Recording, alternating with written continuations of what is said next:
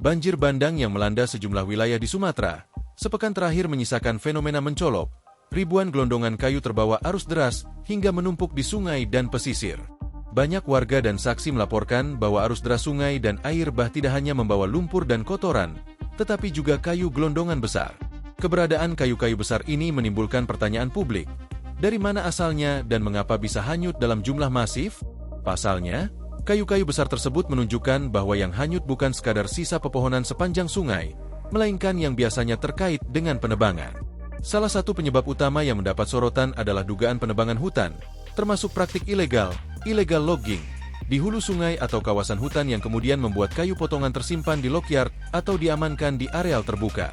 Organisasi lingkungan seperti Walhi menyoroti bahwa gelondongan kayu yang hanyut adalah hasil penebangan liar, illegal logging, dan aktivitas perusahaan di kawasan hutan Batang Toru, Tapanuli Selatan dan Tapanuli Tengah. Kayu-kayu besar tanpa kulit yang terbawa arus diduga berasal dari praktik pembalakan yang meninggalkan sisa tebangan di hulu sungai. Ketika hujan ekstrim datang, sisa kayu ini terseret banjir dan memperparah dampak bencana.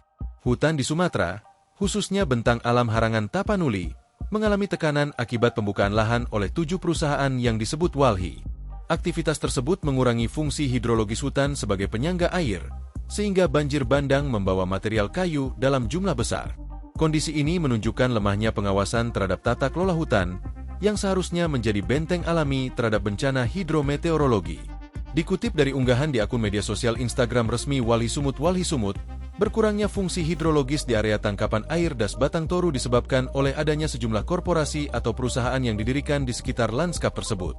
Korporasi itu berjumlah 7, yakni Tambang Emas PT Agincourt Resources, Martabe, di Tapanuli Selatan, PLTA North Sumatra Hydro Energy di Tapanuli Selatan, PT Pahai Julu Mikro Hydro Power atau PLTMH, Pembangkit Listrik Tenaga Hidro Mikro, Pahai Julu, Geothermal PT Sol atau PT Sol Geothermal Indonesia di Tapanuli Utara, Perkebunan Kayu Rakyat, PKR, PT Toba Pulp Lestari di Tapanuli Utara, Perkebunan Sawit PT Sago Nauli di Tapanuli Tengah, Perkebunan Sawit PT PN 3 Batang Toru di Tapanuli Selatan.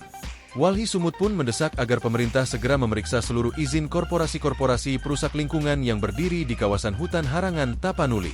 Adapun hutan harangan sendiri merupakan hutan larangan yang dikelola oleh masyarakat dengan kepemilikan yang dapat bersifat komunal atau pribadi yang biasanya didapat dari pewarisan. Dikutip dari tvacasumatera.org, Walhi Sumut menjadi satu dari sejumlah cabang Walhi yang tersebar di 28 provinsi di Indonesia. Walhi sendiri merupakan organisasi lingkungan hidup terbesar dan tertua di Indonesia yang didirikan pada tahun 1980. Statusnya organisasi non-pemerintah dan bertujuan untuk memperjuangkan kelestarian alam dan keadilan ekologis. Anggota Komisi 4 DPR RI, Daniel Johan, menyoroti fenomena banjir dan longsor di wilayah Sumatera yang membawa material kayu gelondongan dalam jumlah besar. Daniel pun mendesak pemerintah untuk segera membentuk tim investigasi guna mengungkap asal-usul kayu-kayu tersebut. Itu sudah sangat viral ya. Seluruh warga melihat dan terheran-heran bagaimana bencana banjir bukan hanya air, tetapi bahkan dipenuhi oleh begitu banyak kayu. Untuk menjawab keheranan tersebut dan menunjukkan keseriusan, kita mendorong pemerintah segera membentuk tim investigasi, ujar Daniel ditemui di Buperta Cibubur, Jakarta Timur, Sabtu, 29 November 2025.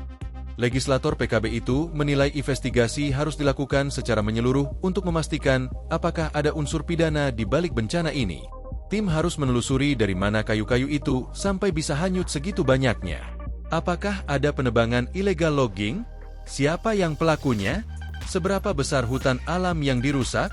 Dan segera lakukan tindakan tegas terhadap pelanggar yang ada, tegasnya.